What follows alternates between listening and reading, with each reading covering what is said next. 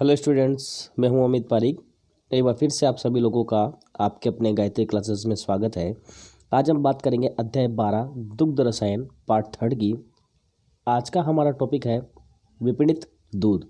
अब देखिए स्टूडेंट्स, हम देखेंगे कि विपणित दूध होता क्या है, इसके बारे में हम आज चर्चा करेंगे। देखिए, विपणित दूध से अभिप्राय वह सुरक्षित दूध जो उपभोक्ता को सीधे उपभोग हेतु बाजार में क्रय के लिए उपलब्ध कराया जाता है। क्या कराता है? विपणित दूध कहलाता है। जिस तरीके से बच्चों आप लोगों ने देखा होगा कि क्या नाम से हमारे घर पे एक दूध वाला जो है वो दूध देने आता है या दूध बेचने हमारे यहाँ पे आता है, और हमें डेली ही वह दूध क्या करता है, वो बेचने आता है। अब देखिए, जो सीधा दूध बेचने आता है वो अब सीधा कैसे हुआ? देखो कि जिस प्रकार से उसने क्या किया, अपने घर पे गाय बांध रखी है, अपने घर पे भैंसे बांध रखी है, तो वो क्या करता है, उनका दूध को दोहता है। ठीक है, उनके दूध को दो करके क्या करता है, वो हमारे घर तक उस दूध को सीधा लेकर के आता है। ना कि वो किसी बाजार में जाता, ना ही वो किसी दुकान पर जाता कि वहाँ से उस दूध में कुछ करके लेके आए।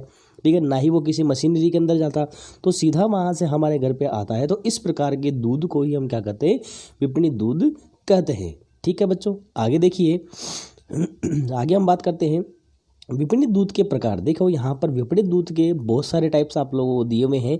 कुछ टाइप्स आपके निम्न प्रकार से है। सबसे पहला है संपूर्ण दूध। अब देखो बच्चों, संपूर्ण दूध से हमारा तात्पर्य है कि ऐसा दूध जो क्या नाम से हमें सीधे डायरेक्ट कौन देता है, दूध वाला आकर के दे, वो संपूर्ण दूध कहलाता है। और उस दूध के साथ में कोई छेड़छाड़ नहीं की गई हो या उसका संगठन जो है वो परिवर्तित नहीं किया गया हो, संपूर्ण दूध कहलाता है। तो देखिए, स्वस्थ पशु से प्राप्त किया गया दूध जिसके संगठन में कोई परिवर्तन नहीं किया गया हो, संपूर्ण दूध कहलाता है। मैंने कहा था कि जिस दूध के संगठन में कोई परिवर्तन नहीं किया गया हो, ऐसा दूध क्या कहलाता है, संपूर्ण दूध कहलाता है। ठीक है, नेक्स्ट हमारे पास में है मानकीकृत दूध। अब मानकीकृत दूध जो है, इसके संगठन में थोड़ी सी क्या कही जाती है, छेड़छाड़ की जाती है। क्या कहलाता है? मानकीकृत दूध कहलाता है। अब वह दूध जिसमें वसा तथा वसा विहीन ठोस पदार्थ की मात्रा दूध से क्रीम निकाल कर क्या की जाए, या तो दूध से क्रीम निकाली जाए, या इसके अंदर क्या किया जाए, स्पिरिट ऑफ दूध जो है वो इसके अंदर क्या किया जाए, मिला दिया जाए। तो दूध में वसा की जो न्यूनतम मात्रा रह जाएगी वो कितनी रह जाएगी, 4.5%। तथा वसा विहीन दूध में वसा की मात्रा कितनी रह जाएगी, 8.5% तक क्या रखी जाती है, इनकी मात्रा रखी जाती है। वापस से सुनिएगा, मानकीकृत दूध ऐसा दूध जिसके अंदर वसा निकाल करके या उसकी क्रीम निकाल करके क्या निकाल ली जाए, या क्रीम निकाल ली जाए, या उसके अंदर क्या मिला दिया जाए, स्प्रेट ऑफ दूध जो है वो उसके अंदर मिला दिया जाए, जिससे कि उसके अंदर जो वसा की न्यूनतम मात्रा होगी वो 4.5% रह जाए। तथा वसा विहीन दूध में वसा की जो मात्रा है वो कितनी रह जाए, 8.5% रह जाए। तो ऐसा दूध मानकीकृत दूध कहलाता है। नेक्स्ट आता है टोंड दूध। देखिए बच्चों, आप लोगों ने सुना होगा कि जिस तरीके से शादी ब्याह जो होते हैं उनके अंदर जो दूध दही जमाने के लिए मंगाया जाता है, वो टोंड दूध ही मंगाया जाता है। क्यों मंगाया जाता है? क्योंकि इसके अंदर वसा की जो मात्रा है, या इसके अंदर विभिन्न प्रकार के जो ठोस पदार्थ जो होते हैं उनकी मात्रा इसके अंदर ज़्यादा होती है, और ज़्यादा होने के कारण वो दूध जो है वो जल्दी जमता है और अच्छा क्वालिटी का वो दूध जमता है। तो देखिए, पूर्ण दूध जो होता है, इसके अंदर पानी तथा दूध के पाउडर को मिलाकर टोंड दूध तैयार किया जाता है। देखो, जो पूर्ण दूध होता है इसके अंदर क्या मिला दिया जाता है, पानी भी मिला दिया जाता है। ठीक है, और इसके अंदर क्या मिला दिया जाता है, पाउडर भी मिला दिया जाता है। कौन सा पाउडर? जो दूध से बना हुआ पाउडर जो होता है, पहले उसको रखा जाता है दूध से बना हुआ पाउडर को, उस पाउडर को उसके अंदर मिला दिया जाए एक निश्चित क्वांटिटी के अंदर, तो उससे क्या तैयार होता है, हमारे टोंड दूध उससे तैयार किया जाता है। इसमें वसा तथा वसा विहीन ठोस की मात्रा कितनी होती है, 3 से लेकर के 8.5% तक इसके अंदर वसा तथा वसा विहीन पदार्थों की मात्रा पाई जाती है। ठीक है, नेक्स्ट आता है डबल टोन दूध। अब डबल टोन दूध क्या होता है वो भी हम देख लेते हैं। इसमें वसा तथा वसा विहीन ठोस की न्यूनतम मात्रा कितनी होती है, 1.5 से लेकर के 9% तक इसके अंदर ये पाई जाती है। नेक्स्ट हमारे पास में आता है पुनः रचित दूध। पुनः रचित दूध, देखो बच्चों, यहाँ पर शब्द है पुनः रचित दूध। पुनः रचित दूध का मतलब किसी दूध को वापस से रचा गया हो, या वापस से उसे क्या किया हो, बनाया गया हो, क्या कहलाता है, पुनः रचित दूध कहलाता है। जब दूध के पाउडर को पानी में घोलकर दूध तैयार किया जाता है तो उसे क्या कहते हैं, पुनर्रचित दूध कहते हैं। जिस प्रकार से आप लोगों ने देखा होगा, वही इस वापस से मैं शादी ब्याह की बात लेके आता हूँ कि जिस तरीके से आपने देखा होगा कि शादी के अंदर आप लोगों ने एक मशीन देखी होगी, ठीक है। इस मशीन के अंदर जो मशीन जो चलाने वाला जो आदमी है वो क्या करता है, एक सफ़ेद तरीके का पाउडर जो है वो इस मशीन के अंदर डालता है, ठीक है। वो इसमें पानी भी डालता है, ठीक है। क्या डालता है दोस्तों, स्टूडेंट्स, पानी भी डालता है, ठीक है। और पानी डालने के साथ साथ वो इसके अंदर चाय पत्ती, चीनी वगैरह भी इसके अंदर क्या करता है, वो इसमें डालता है।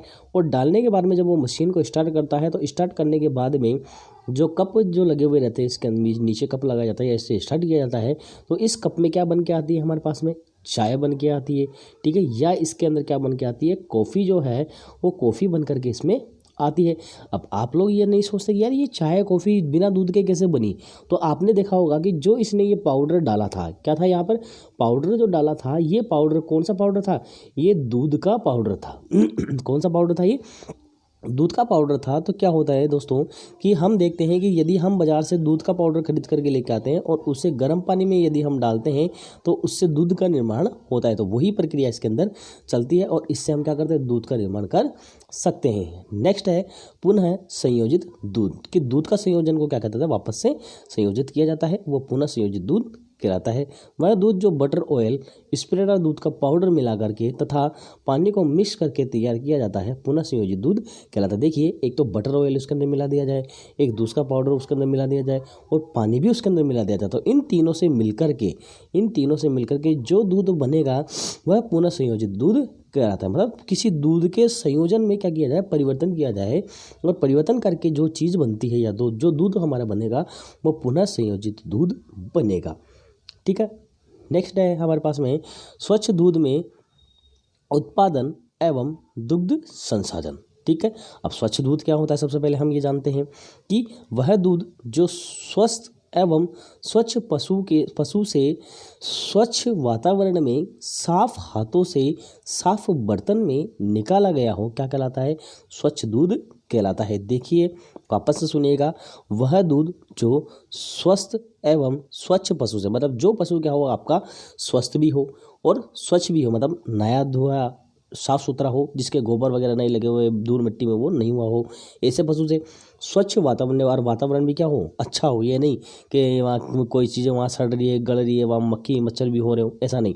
और साफ हाथों से, मतलब हमारे हाथ भी कैसे होने चाहिए, धुले हुए होने चाहिए और साफ बर्तन में, और बर्तन भी ऐसा होना चाहिए जो धुला होना चाहिए। ये नहीं कि कोई गंदा मटमेला सा बर्तन हो। तो ऐसे दूध के अंदर, ऐसे बर्तन के अंदर निकाला गया दूध ही क्या कहलाता है, स्वच्छ दूध कहलाता है। फिर से वापस से सुनिएगा, वह दूध जो स्वच्छ, स्वस्थ एवं स्वच्छ पशु से स्वच्छ वातावरण में स्वच्छ हाथों से और स्वच्छ बर्तन में निकाला गया हो, स्वच्छ दूध कहलाता है, ठीक है। नेक्स्ट हमारे पास में आते हैं सुरक्षित दूध। अब सुरक्षित दूध भी देख लीजिए, वह दूध जिसमें प्रत्यक्ष व अप्रत्यक्ष अशुद्धियाँ बिल्कुल भी नहीं पाई गई हो। प्रत्यक्ष का मतलब जिसे हम देख सकते हैं और अप्रत्यक्ष का मतलब जिसे हम नहीं देख सकते। तो ऐसी अशुद्धियाँ जिसमें नहीं पाई जाती हो तथा जीवाणु की संख्या भी क्या हो, बहुत कम हो और मनुष्य के उपयोग के लिए स्वास्थ्य की दृष्टि से भी क्या हो, सुरक्षित हो। तो इस प्रकार का दूध जो है वो क्या कहलाता है, सुरक्षित दूध कहलाता है, ठीक है। हम नेक्स्ट बात करते हैं दूध के दूषित होने के कारण, कि दूध जो होता है वो किस प्रकार से दूषित होता है। कारण क्या है इसके निम्न कारण है। पहला कारण है प्रत्यक्ष अशुद्धियाँ, ऐसी अशुद्धियाँ जो हमारी आंखों से दिखाई दे वो प्रत्यक्ष अशुद्धियाँ कहलाती है। तो देखिए, वे अशुद्धियाँ जो आंखों से दिखाई देती है वो प्रत्यक्ष अशुद्धियाँ कहलाती है। जैसे गोबर यदि उसके दूध के अंदर आ जाए, दूध के अंदर बाल आ जाए, मक्खी आ जाए, मच्छर आ जाए या दूध के कण उड़ रहे हों और टहनी कंकड़ आदि उसके अंदर आए, तो ऐसा दूध जो होता है वो हमारे लिए क्या होता है, अशुद्ध होता है। क्यों अशुद्ध होता है, क्योंकि इस प्रकार के दूध में जीवाणुओं की जो संख्या होती है, किसकी संख्या होती है, जीवाणुओं की संख्या जो होती है वो बहुत ज़्यादा हो जाती है। और ज़्यादा होने के कारण यदि हम उस दूध को पिएंगे तो हमारा स्वास्थ्य जो है लाभदायक होने के प्रति तो होगा नहीं, बल्कि हमारे लिए हानिकारक जरूर हो जाएगा। नेक्स्ट हम चलते हैं अप्रत्यक्ष अशुद्धि पर। अब अप्रत्यक्ष अशुद्धि भी देख लीजिए, वे अशुद्धियाँ जो हमारी आंखों से दिखाई नहीं देती हो, अप्रत्यक्ष अशुद्धियाँ कहलाती है। जैसे जीवाणु आदि, ये हमारे अप्रत्यक्ष अशुद्धि, क्योंकि हम इन्हें आंखों से देख नहीं सकते हैं। नेक्स्ट आती है दूध में यह गंदगी दो स्थानों से आती है। पहली है अयन के भीतर से। अयन के भीतर क्या होगा कि जो गाय भैंसों का अयन होता है उसके भीतर से भी क्या आती है, ये अशुद्धियाँ आती है। जिस प्रकार से अयन के द्वारा हानिकारक जीवाणु, रोगग्रस्त अवस्था में टूटी फूटी कोशिकाएं एवं रक्त के कण यदि उसके अंदर आए, जैसे मान लीजिए कोई पशु है बिल्कुल रोगग्रस्त है, उसके जो अयन है वो भी क्या हो, रोगग्रस्त हो और बिल्कुल डैमेज अवस्था में हो, तो उसके साथ क्या आएगा, अयन के अंदर से रक्त भी आएगा। ठीक है, टूटी फूटी उसके अंदर कोशिकाएं भी आएगी। ठीक है, और इसके अंदर क्या होंगे, जीवाणु भी यदि बाहर लगे हुए होंगे तो वो हमारे दूध के अंदर मिलेंगे और उस दूध को क्या कर देंगे, वो अशुद्ध कर देंगे। इस तरीके से ये अयन के भीतर से भी गंदगी आती है। ठीक है, नेक्स्ट है अयन के बाहर से। अब अयन के बाहर से गंदगी तो आप लोग समझ ही सकते हो कि यह गंदगी पशु से, यदि मान लीजिए पशु के स्तनों पर गोबर लगा हुआ है, मिट्टी के कण लगे हुए हैं, यदि आपने उनको ढंग से धोने से पहले नहीं धोया है तो उससे भी ये गंदगी आती है। ठीक है, दुहाने वाले दुग्धशाला से। अब दुहाने वाली दुग्धशाला के ऊपर भी निर्भर करता है कि वहाँ के वातावरण कैसा है। वातावरण यदि धूल भरा वातावरण है, यदि मान लीजिए गाड़ियाँ चल रही है, घोड़े चल रहे हैं और भी आदमी आ रहे जा रहे हैं, धूल के कण उड़ रहे हैं, कोई झाड़ू लगा रहा है, तो उससे भी वो अशुद्धियाँ आ सकती है। ठीक है, पानी से, अगर यदि पानी भी दूषित लिया गया है तो पानी से भी अशुद्धियाँ आती है। दूध के बर्तन, यदि दूध के बर्तन को अच्छी तरीके से नहीं धोया गया है और दूध के बर्तन पर मक्खी मच्छर बैठ रहे हों तो उससे भी अशुद्धियाँ आती है। वातावरण से, अब चारों तरफ का वातावरण वहाँ पर कैसा है तो वहाँ पर उसका प्रभाव भी पड़ता है। और दुग्ध की जो दुहने की मशीन जो है, यदि मशीनरी यूज़ करते हैं तो वो मशीनरी कैसी है, वो साफ़ सुथरी है कि नहीं है, वो डेली धुल रही है कि नहीं है। ठीक है, तो इसके कारण भी इसके अंदर क्या होती है, दूध में जो गंदगी होती है वो इसमें मिलती है।